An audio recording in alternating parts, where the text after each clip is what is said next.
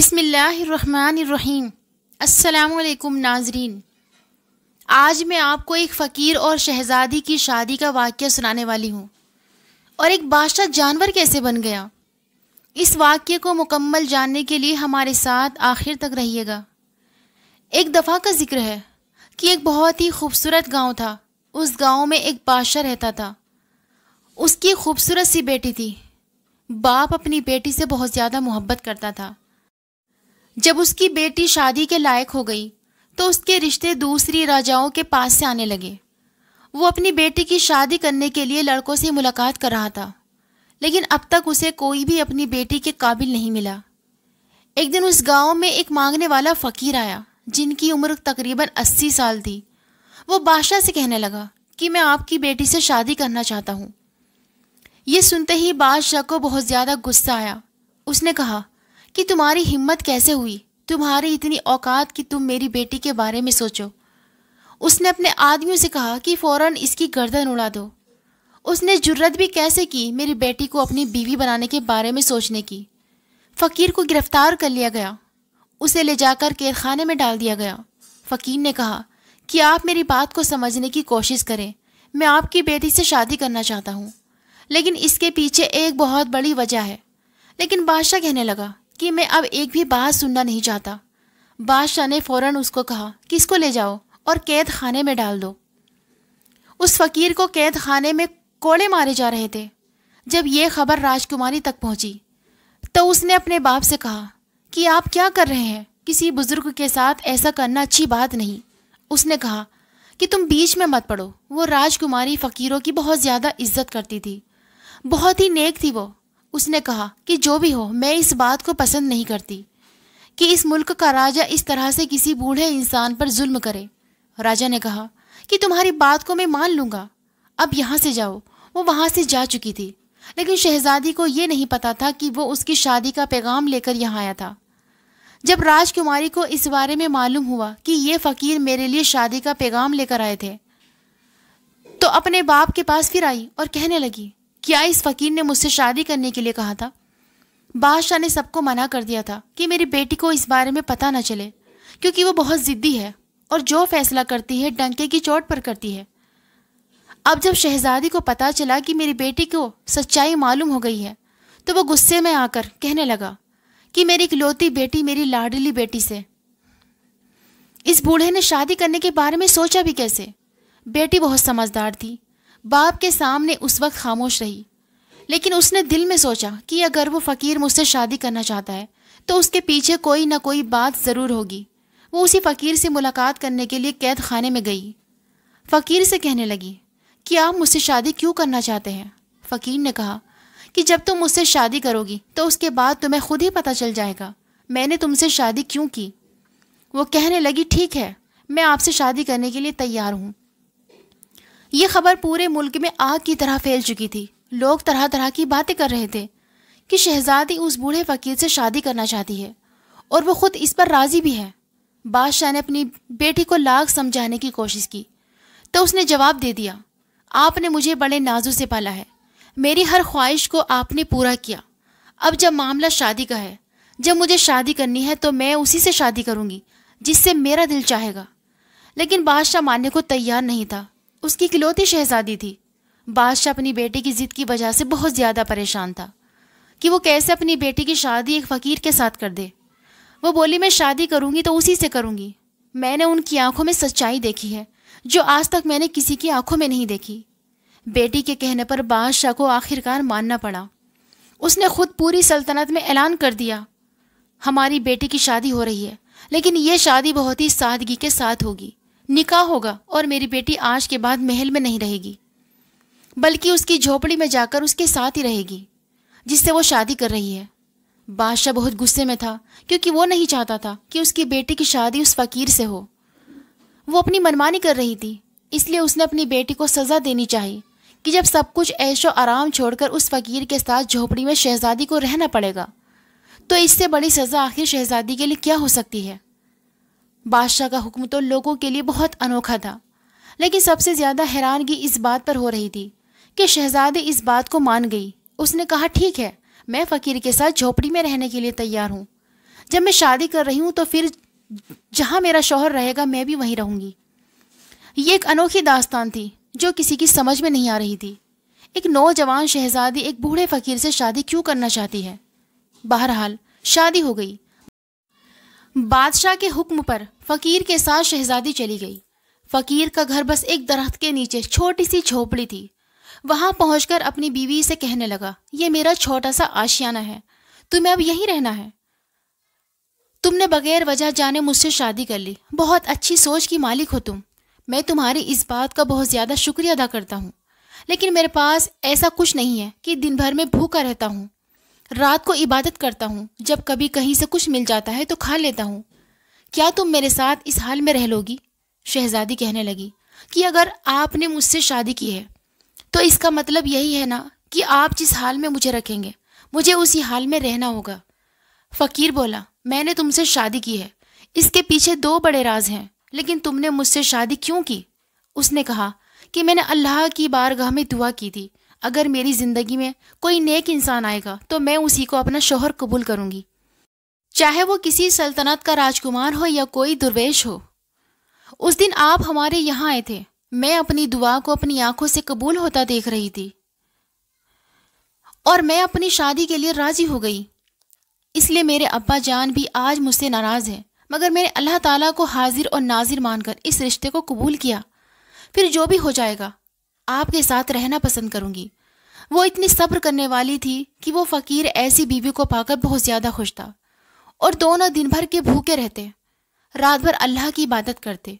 فقیر کسی مقصد کے بغیر کوئی کام نہیں کرتے۔ شہزادی اچھی طرح اس بات کو سمجھ چکی تھی۔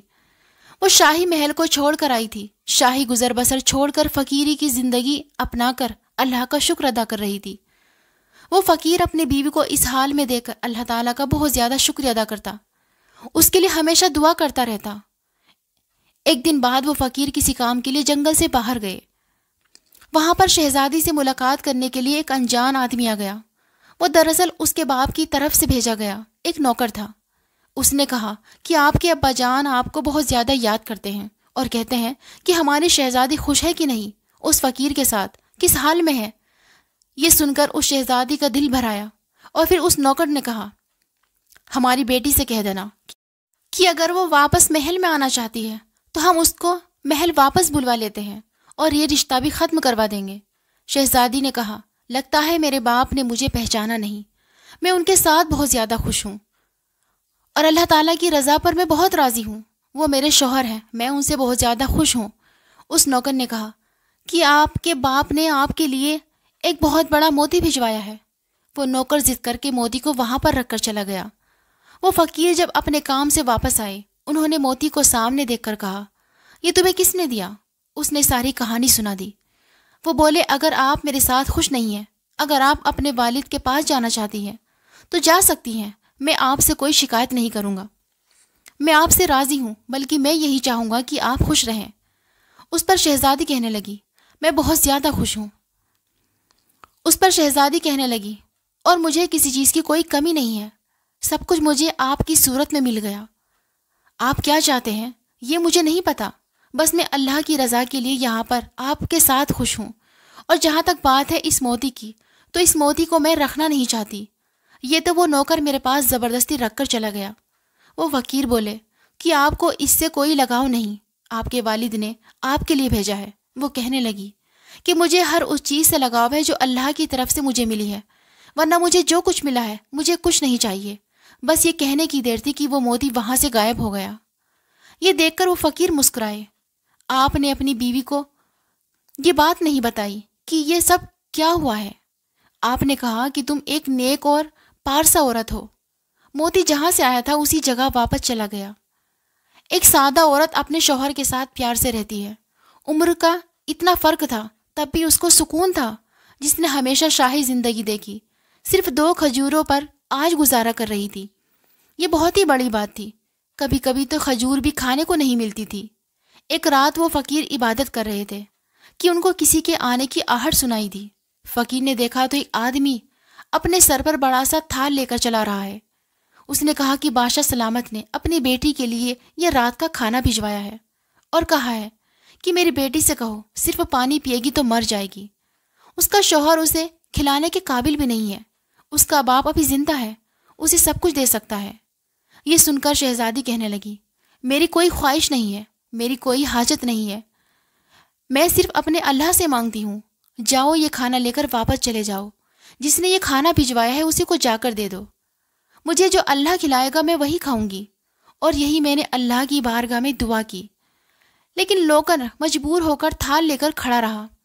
شہزادی کو غصہ آ گیا، اس نے کہا کہ میں یہ کھانا نہیں کھاؤں گی، میں اللہ پاک کی نعمتوں کی ناشکری نہیں ہوں۔ شہزادی کی اس بات کو سن کر فقیر کی آنکھوں میں آنسو آ گئے۔ انہوں نے اللہ تعالیٰ کی بارگاہ میں دعا کی کہ یا اللہ، یہ تجھ سے مانگتی ہے، میری وجہ سے صبر شکر سے زندگی گزار رہی ہے، کبھی اف تک نہیں کہا، لیکن آج تو میری بیوی کے لیے آسمان سے ایک ایسا پھل اتار دے جو کبھی کسی نے نہ دیکھا ہو۔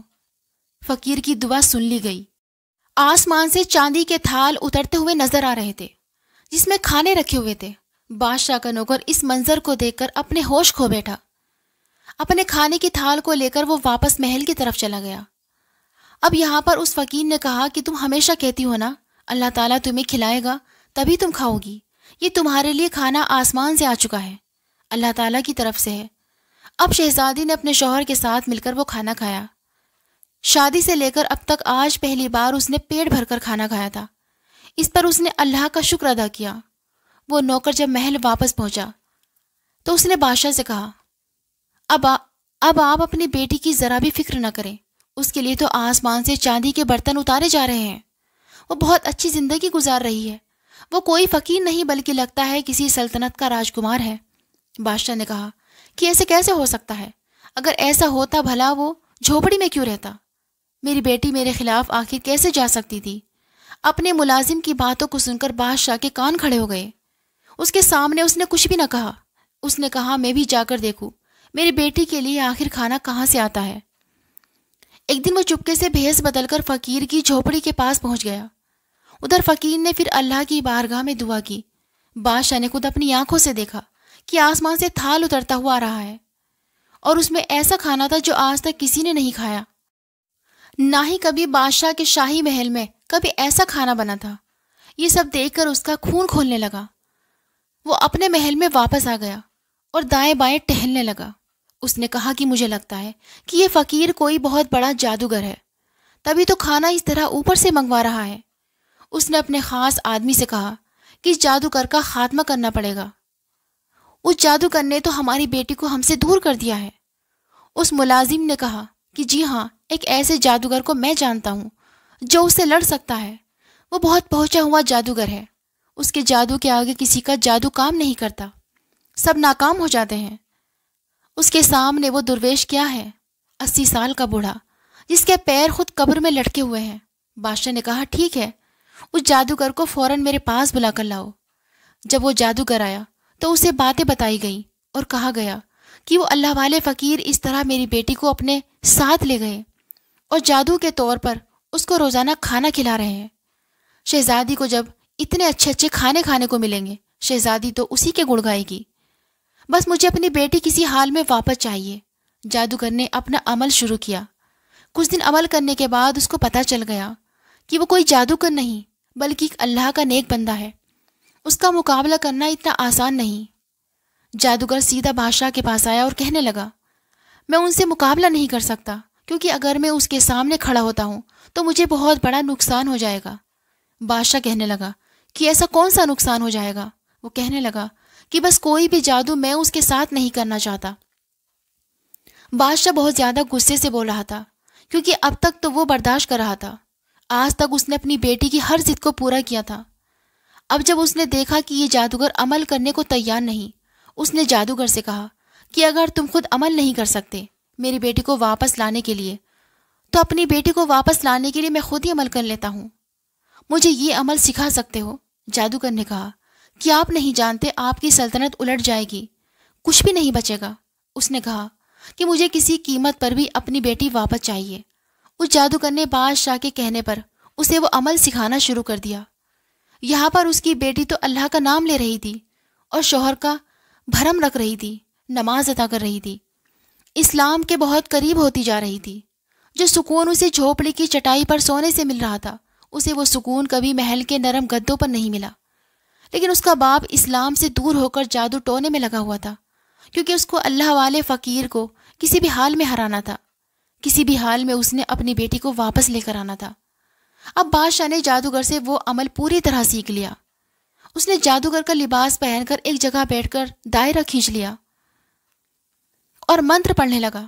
اس منتر میں ایسی طاقت مانگ رہا تھا جس کے زور پر وہ فقیر کو ختم کرنا چاہتا تھا، لیکن وہ اللہ والے فقیر تو جس پاک پروردگار سے دعا مانگ رہے تھے، اس کی طاقت کے آگے تو کوئی طاقت بھی کام نہیں کر سکتی تھی۔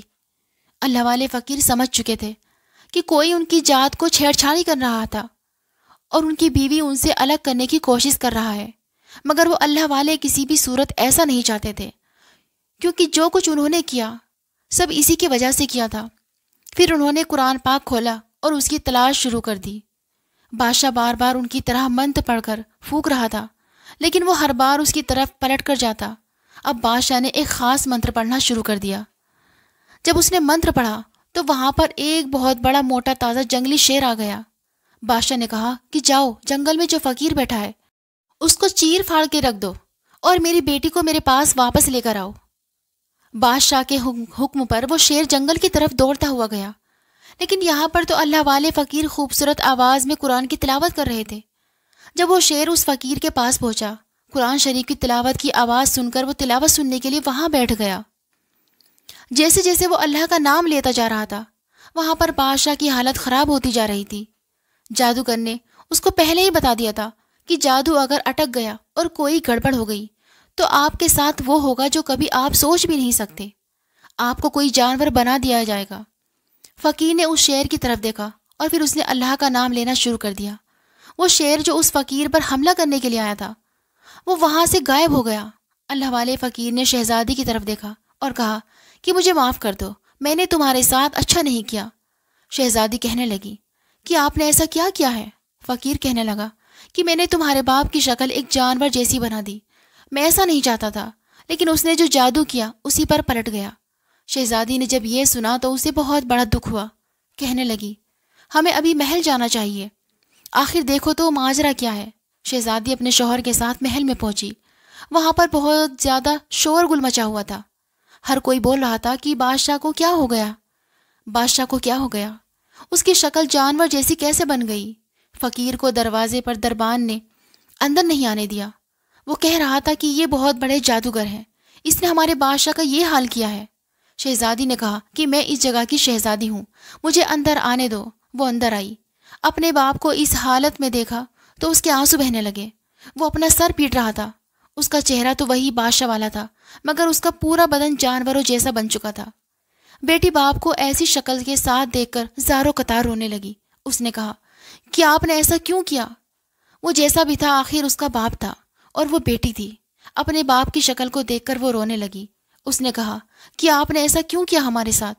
آپ نے کیوں میرے شوہر کو مارنا چاہا؟ بادشاہ نے کہا میں تمہارے شوہر کو بہت پہلے سے جانتا تھا، تمہارے شوہر نے تم سے شادی کر لی، لیکن تم سے شادی کرنے کی وجہ آج تک اس نے نہیں بتائی، آج میں تمہیں بتاتا ہوں۔ دراصل میں تمہاری شادی کسی مسلمان سے نہیں کرنا چاہتا تھا، بلکہ میں تمہیں ایک ایسی سلطنت کی شہزادی بنانا چاہتا تھا جو کہ غیر مسلم تھا اور اس کی بہت بڑی جائیداد تھی۔ میں اس کی شادی تم سے کر کے اس ملک کو اپنے قبضے میں لینا چاہتا تھا، اس لیے میں نے تمہیں یہ بات نہیں بتائی تھی، کیونکہ تم دین کے بہت قریب تھی اور میں جانتا تھا کہ تم بہت نیک ہو، عبادت گزار ہو، اور تم یہی چاہتی ہو کہ تمہارا شوہر سچائی کے راستے پر چلنے والا ہو۔ ایک دن میں اسی غیر مسلم راجکمار سے ملنے کے لیے اس کے ملک کی طرف جا رہا تھا۔ راستے میں مجھے اس شخص کی جھوپڑی نظر آئی، میں نے اسے وہاں پر عبادت کرتا ہوا دیکھا۔ تم تو جانتی ہو کہ مجھے فقیروں سے سخت نفرت ہے۔ جب میں نے اس فقیر کو دیکھا تو میں کہنے لگا کہ میری بیٹی نہ جانے کس کے ساتھ شادی کرے گی، میں کسی فقیر کے ساتھ اپنی بیٹی کی کبھی بھی شادی نہیں کراؤں گا، میں تو اسے کسی راجکمار کی بیوی بناؤں گا، چاہے وہ غیر مسلم ہی کیوں نہ ہو۔ اتنا کہہ کر میں وہاں سے گزرنے لگا تو اس بوڑھے فقیر نے مجھے روک کر کہا کہ آپ ایسی باتیں کیوں کر رہے ہیں؟ ایک مسلمان ہو کر اپنی بیٹی کی شادی کسی مسلمان سے ہی کریں، کیونکہ دیندار شوہر ہی آپ کی بیٹی کی عزت کرے گا، اس کو نام دے گا، محبت دے گا، کیونکہ وہ اللہ سے ڈرنے والا ہوگا۔ اس سے آپ کی بیٹی کو بھی محبت ہوگی۔ یہ دولت، یہ محل، یہ سب یہیں رہ جائیں گے، آخر میں سب کچھ یہی رہے گا جو آپ کے ساتھ ہوگا، آپ کا دوست ہوگا جو اللہ کے راستے میں چلنے والا ہوگا۔ بس مجھے اس کی یہ باتیں کڑوی لگی۔ میں نے کہا کہ تو نے یہ بات کیوں کہی؟ تو ہوتا کون ہے مجھے یہ بات کہنے والا؟ میں اپنی بیٹے کی شادی جہاں مرضی کروں، یہ میری مرضی ہے۔ میں اس سے اتنی نفرت کرنے لگا کہ اپنے سپاہیوں سے کہہ کر میں نے اسے کوڑے بھی لگوائے۔ پھر بھی یہ مجھ سے کہتا رہا کہ میں اپنی بیٹی پر ظلم نہ کروں، اس لیے یہ میرے پیچھے پیچھے آ گیا تم سے شادی کرنے کے لیے۔ تم تو ویسے ہی اللہ کے نام پر جان دینے والی تھی، تم نے اپنی مرضی کے خلاف جا کر اس 80 سالہ بزرگ سے شادی کر لی۔ میں نے سوچا تھا فقیر جھوپڑی میں رہتا ہے، میں کیا دے سکے گا؟ تم تو محلوں میں رہنے والی ایک شہزادی ہو، چند دنوں کے بعد تو تم میرے پاس واپس آ جاؤ گی، پر تم نے صبر اور شکر کے ساتھ وہیں رہ کر عبادت شروع کر دی۔ تم اس جھوپڑی میں بھوکی رہی لیکن محل واپس پلٹ کر نہیں آئی۔ جب میں نے دیکھا کہ آسمان سے تمہارے لیے کھانے اتر رہے ہیں تو پھر میں نے تم دونوں پر جادو کیا جو مجھے نہیں کرنا چاہیے تھا۔ میری شکل ایک جانور جیسی ہو گئی۔ پھر وہ بادشاہ فقیر اللہ والے سے کہنے لگا کہ مجھے معاف کر دو۔ اس کی بیٹی کو یہ سب سن کر بہت زیادہ دکھ ہوا۔